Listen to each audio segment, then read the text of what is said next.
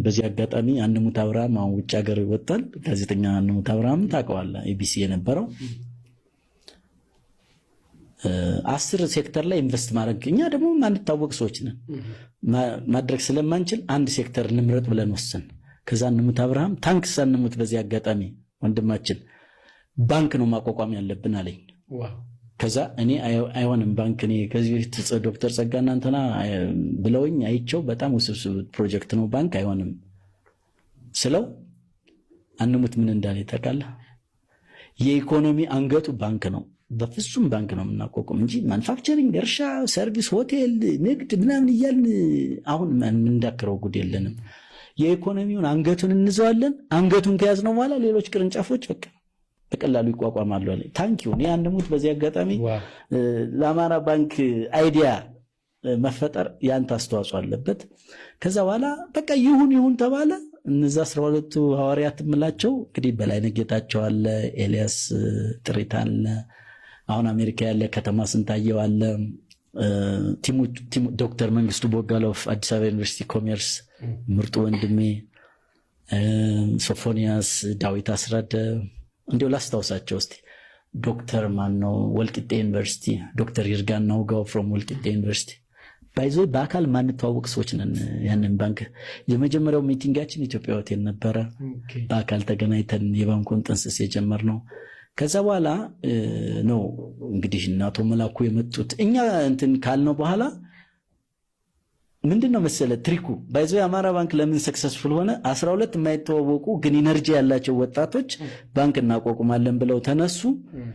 እነሱ ሰዎች ግን ራሱ 12ቱ ህዝብ ያውቃቸውም።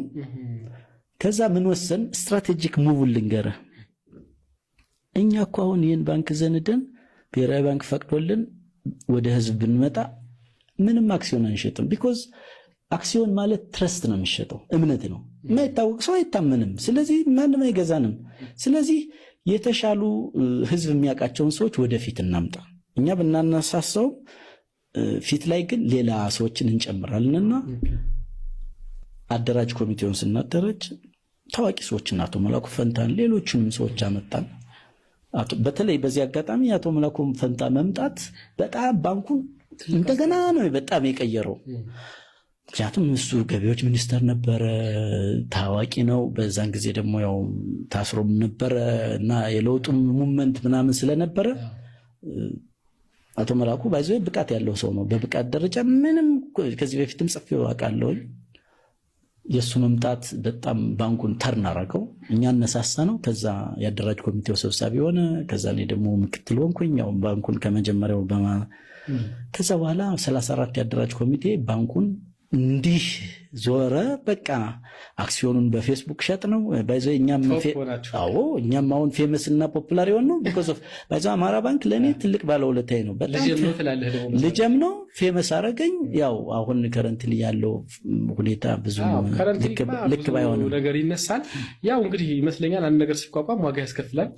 ከዛ በኋላ ደግሞ ባለው ሂደት በየጊዜው ዋጋ መከፈል ስላለበት አንዳንድ ነገሮች ይፈጠራሉ ብዬ አስባለሁና እንደው ከዚያ የተለየ ግን የምትለው አንዳንዶች እንደዚህ አንተንም የሚወቅሱ ሰዎች አሉ፣ ሌላኛውን ግሩፕ የሚወቅሱ አሉ። ሁላችሁም ስማቸውን ብጠራ በዚህ ሂደት ውስጥ የነበሩ ሰዎችንም ያው ሰው ለምሳሌ አሁን ሰው ሲወቅስም ለሳያቅ ሊወቅስ ይችላል፣ ችግር የለም።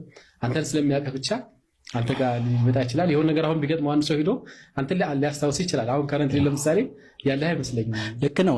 የአማራ ባንክ እንግዲህ በአደራጅ ኮሚቴ 3 ዓመት ሰራን። ከዛ ባንኩን አረግ ነው። አሜዚንግ ባንክ በኢትዮጵያ ባንኪንግ ታሪክ ታይቶ የማይታወቅ ባንክ፣ የሰው ቁጥር፣ የተሰበሰበው ካፒታል ቁጥር ባይዞ 16 ባንኮች ነበሩ የዛን ጊዜ። እነሱን ዱፕሊኬት የሚያደርግ ባንክ ነው በካፒታልም በሼርሆልደር ቁጥር። ዋን ኦፍ ዘ አሜዚንግ ባይዞ አማራ ባንክ ወደፊትም ራሱን ችሎ ያ ሞመንት ቡክ ፕሮጀክት መሆን ይችላል።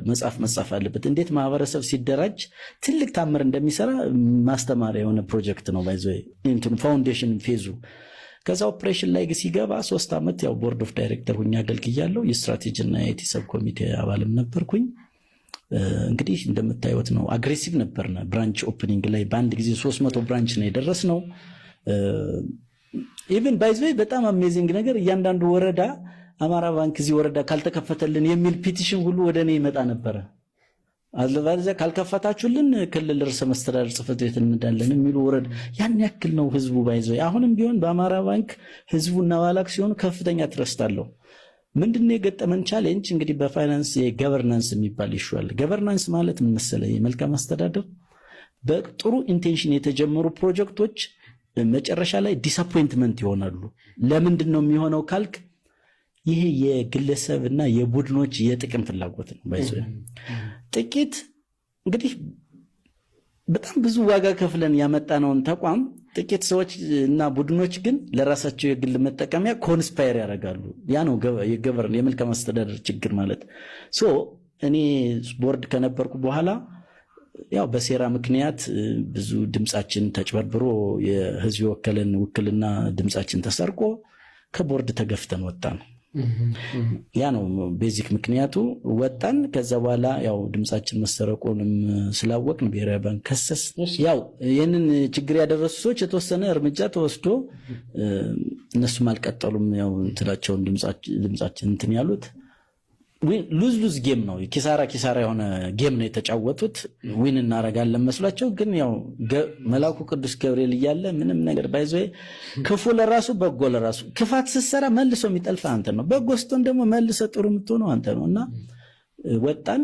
ከዛ በኋላ ያው ባንኩ ከባድ የሆነ የኮርፖሬት ገቨርናንስ ኢሹ ላይ ነው አሁንም ያለው። በተለይ በቦርዱና በማኔጅመንቱ መካከልም ብዙ እንትን የለም። ይህ ክራይሲስ አሁንም ሊፈታ የሚችለው በቅንነት ብቻ ነው። ያው ኦብቪየስሊ ይፈቱታል፣ ትላልቅ ሰዎች ናቸው ያሉት፣ አሁንም ይፈቱታል ብዬ አስባለሁ። ግን አንድ ትልቅ ሌሰን የተማርኩት ህዝባዊ ተቋም ሞቢላይዜሽን ላይ ሰዎችን ስትመርጥ በጣም በጥንቃቄ መምረጥ እንዳለብህ፣ ማን ጋር ፓርትነር ማድረግ እንዳለብህ። ዝም ብለህ የመጣውን ሰው ሁሉ አምነህ ሆይ ሆይ ሆይ ሆይ ሆይ መጨረሻ ገደል ዞ እንደሚሄድ። ብዙ ካፒታል ብሰበስብም ያ ካፒታል ሚኒንግፉል ነገር አያመጣም as long as bad people's መጥፎ ሰዎች ጋር እየሰራ ከሆነ። ስለዚህ ቲም ሴሌክሽን ላይ ትልቅ ትምህርት ነው። አሁን የተማርኩት ዝም ብዬ ድሮ ምስኪን ስለነበርኩኝ ማንም ጋር እና የናክሲዮንና ቁቁም እሺ ግፋ በለው ነበር። ያ አይሰራም።